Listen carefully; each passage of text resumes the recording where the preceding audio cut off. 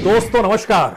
दोस्तों, कोई किसी को कितनी बार ठग सकता है? एक बार ठगेगा, दो बार ठगेगा, तीन बार ठगेगा, पांच बार ठगेगा, या फिर कोई किसी को कितने बरस तक धोखा दे सकता है?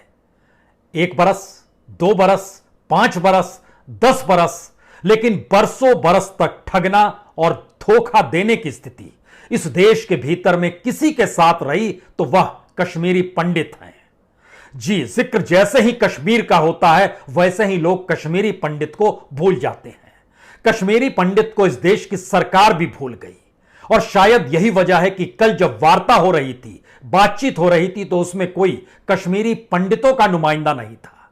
ना सिर्फ इस बैठक में बल्कि इससे पहले कभी भी किसी भी महत्वपूर्ण राजनीतिक घटनाक्रम में कश्मीरी पंडितों की तरफ कोई ध्यान बीजेपी की सत्ता ने नहीं दिया। बीजेपी की सत्ता का जिक्र आज इसलिए करने की जरूरत है क्योंकि जिस वक्त कश्मीरी पंडितों को कश्मीर से भगाया जा रहा था, उन जान हथेली पर लेकर भाग रहे थे, उनकी हत्याएं हो रही थी, उस वक्त भी दिल्ली में जो सरकार थी, उस सरकार को समर्थन देने वाली पार्टी और कोई नहीं, बीजेपी ही थी।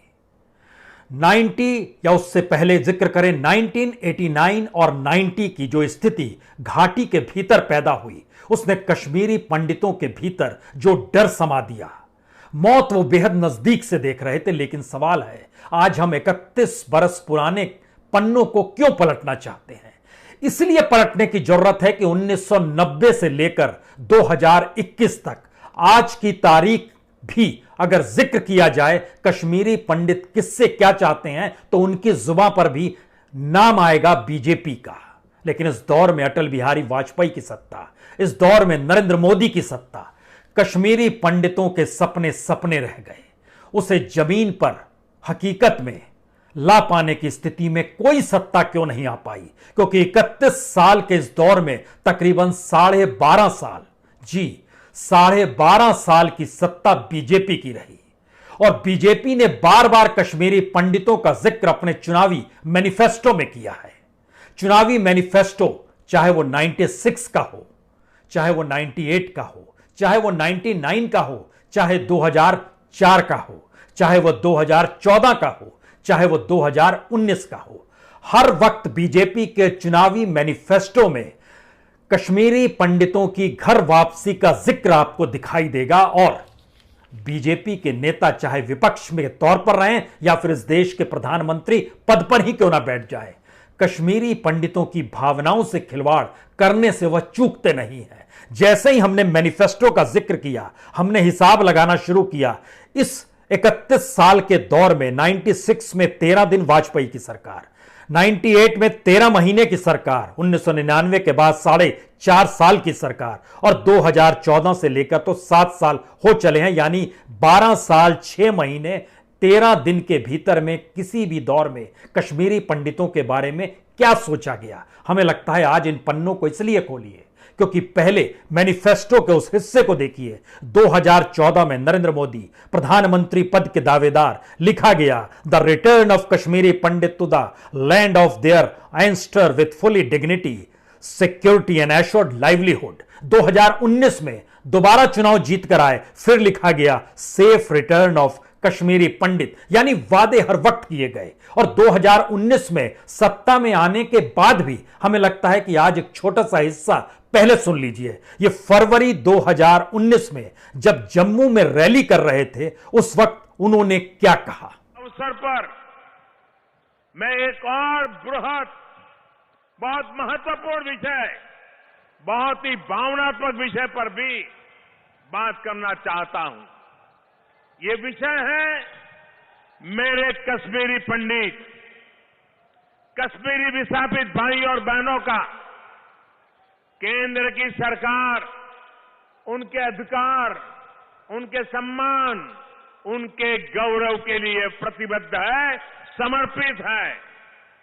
हिंसा और आतंकवाद के जिस दौर में उन्हें अपना घर छोड़ना पड़ा, जो यातनाएं सहनी पड़ी, वो हिंदुस्तान कभी नहीं भूल सकता। मैं हर अवसर पर कहता नहीं हूं, लेकिन वो पीड़ा मेरे मन में हमेशा रही है। और इसलिए जब 3-3.5 साल पहले जम्मू कश्मीर के लिए पैकेज का ऐलान किया गया था, तो अपने कश्मीरी पंडित भाइयों बहनों के लिए एक पहल की गई थी।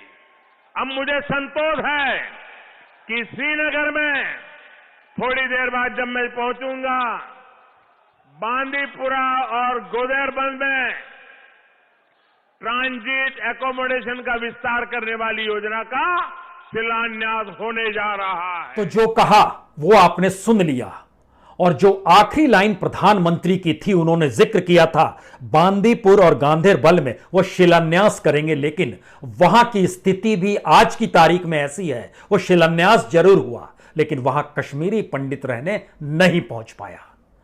कश्मीरी पंडितों को लेकर बेचैनी कश्मीरी पंडितों के भीतर इसलिए है क्योंकि वो बार बार कुछ आंकड़ों का जिक्र भी करते हैं, और आज हम भी सरकारी दस्तावेजों के साथ आपके साथ बैठे हैं। सरकार ने लगभग 24,000 कनाल जमीन यानी तकरीबन 3,000 एकड़ जमीन इंडस्ट्री एंड कॉमर्स डिपार्टमेंट को इन्वेस्टमेंट पर्पस के लिए जरूर दी, लेकिन 200 से 300 एकड़ की जमीन वो कश्मीरी पंडितों को निकाल पाने की स्थिति में नहीं थे कि उनके लिए उस जमीन को निकाल दें और कश्मीरी पंडितों की घर वापसी हो जाए।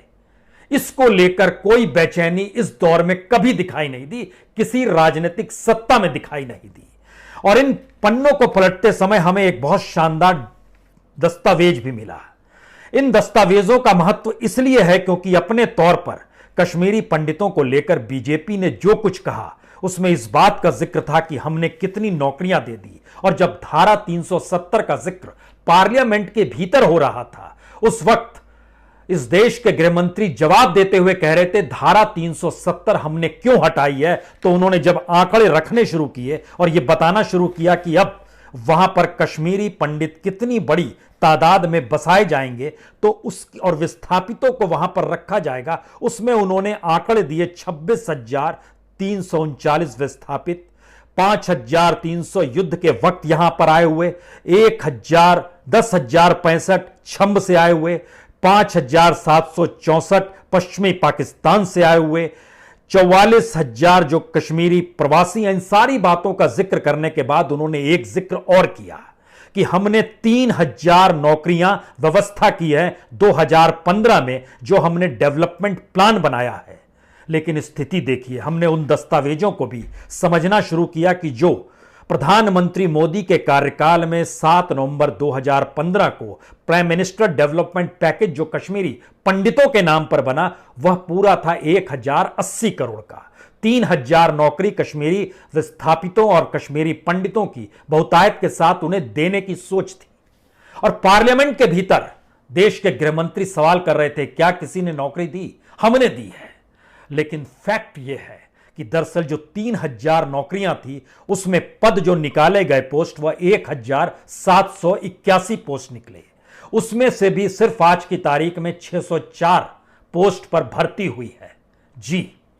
लेकिन यह अधूरा सच है। इसके आगे का सच है कि जब प्रधानमंत्री मनमोहन सिंह थे 2008 में, उन्होंने 1,600 करोड़ के पैकेज का ऐलान किया था कश्मीरी पंडितों को लेकर, और उस वक्त उन्होंने 3,000 नौकरियों का जिक्र 2008 में भी किया था। और आज की तारीख में उन 3,000 नौकरियों में से 2,905 पद जो थे वो भरे जा चुके हैं।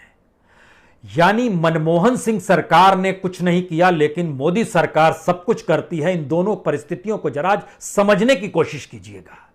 जब कश्मीरी पंडित विस्थापित हो रहे थे उस बार दिल्ली में सरकार, वीपी सिंह प्राइम मिनिस्टर थे, समर्थन दे रहे थे उस वक्त बीजेपी की सरकार, और बीजेपी की सरकार ने उस वक्त समर्थन वापस नहीं लिया जब बड़ी तादाद में वहां पर लोग मारे जा रहे थे। पहली घटना 1989 के सितंबर में घटी थी जब टीकालाल टपलू जो कि बीजेपी के मेंबरान भी थे और वकील भी थे, उनकी हत्या हुई थी। वो पहला आतंक था जो पैदा हुआ घाटी के भीतर में, और अगले महीने ही दिल्ली में वीपी सिंह की सरकार बन गई, बीजेपी ने समर्थन किया। लेकिन उसके बाद याद कीजिए दिसंबर 1989 रूबिया सईद का अपहरण होता है। यही महबूबा सईद, इनकी बहन हुआ करती थी रूबिया सईद। उस वक्त उन्हीं के पिताजी देश के गृह मंत्री थे, बीजेपी समर्थन कर रही थी। उस वक्त जो टेररिस्टों को छोड़ा गया, रूबिया सईद की रिहाई हुई, तब भी बीजेपी ने समर्थन वापस नहीं लिया। उसके बाद जनवरी से जो स्थिति शुरू हुई, 21 जनवरी 1990 गांव कदल में नरसंहार हुआ, 100 लोगों की हत्या कर दी गई।